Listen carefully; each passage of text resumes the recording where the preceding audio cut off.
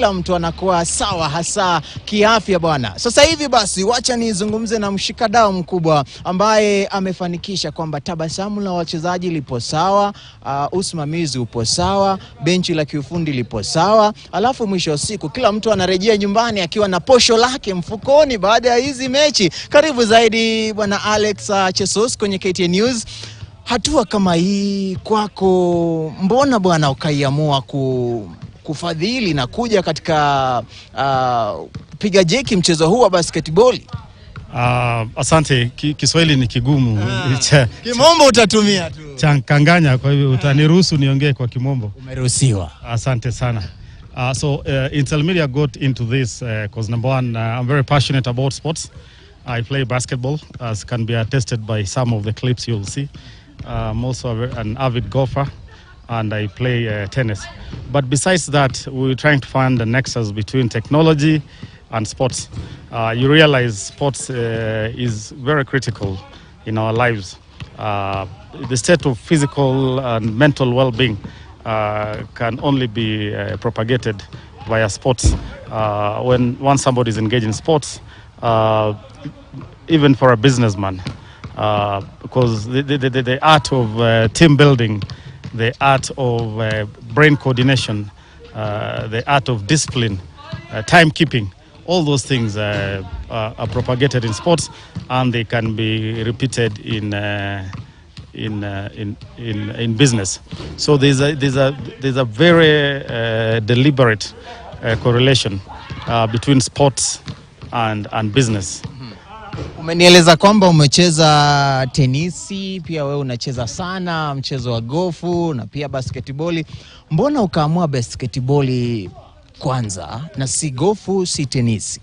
To answer that question, I need to laud the President, His Excellency William Ruto.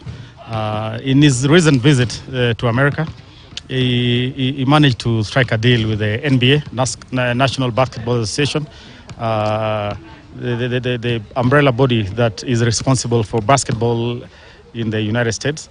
And you'll be happy to note, and the journalists, they are coming to set shop here. By November, we will have an NBA basketball in Nairobi. So we are trying to play our role as good citizens, that we start nurturing talent, so that when NBA comes, at least we'll have done the very basics. So that's the reason we chose basketball, and there's going to be a series of these tournaments leading up to when NBA is properly set up here. Najua ukizungumzia makubaliano kama hayo, mmoja atajiuliza yanahusisha timu zote mbili, wachezaji 5 kila upande na wachezaji 3 kila upande. Mbona ukaanza na wachezaji 3 kila upande? We wanted to start it very basic, so that we'll always scale.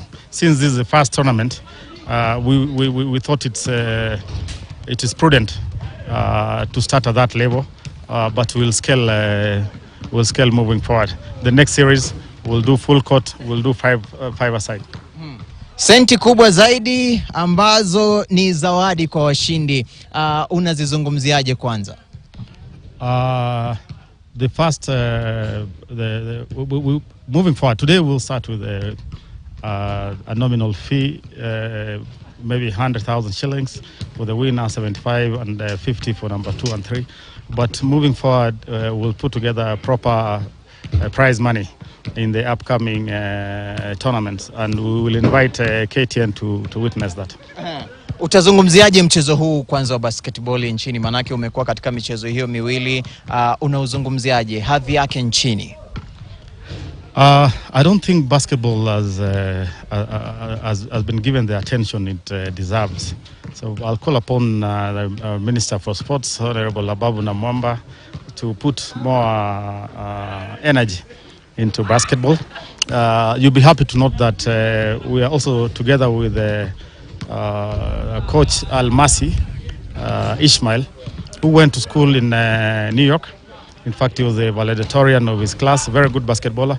We are starting up a clinic, tournaments for the youth, starting this December, and I'll invite you to come and witness that journey.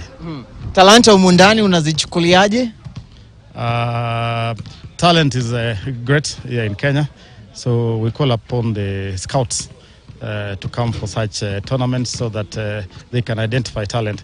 That besides sports being good for the body and all that, it can also be a profession.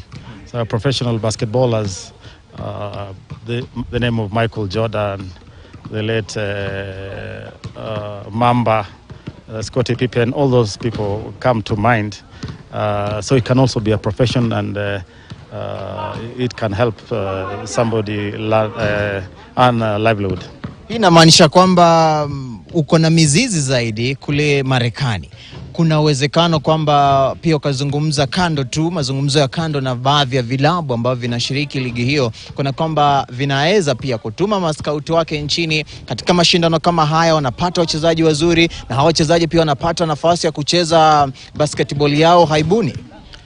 I wouldn't say that we have scouts, but Intermedia Networks Africa, the company that sponsored this tournament, is based in California and Virginia, the Washington DC area, and definitely America is the home of basketball.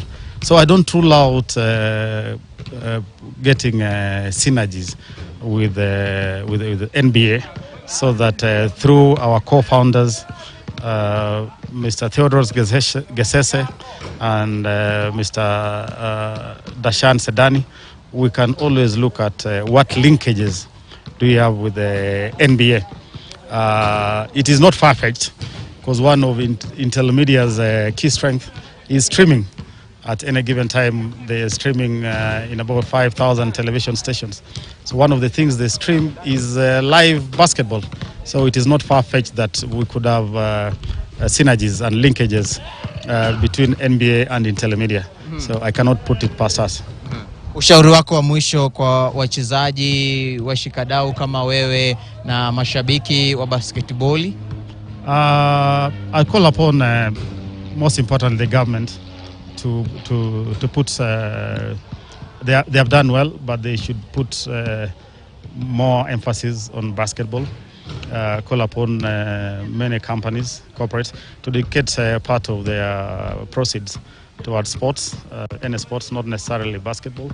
And for the players, call upon them to continue with a good discipline, and we'll definitely see them at the top. Shukran sana na kila laheri bwana. Thank you. Thank you.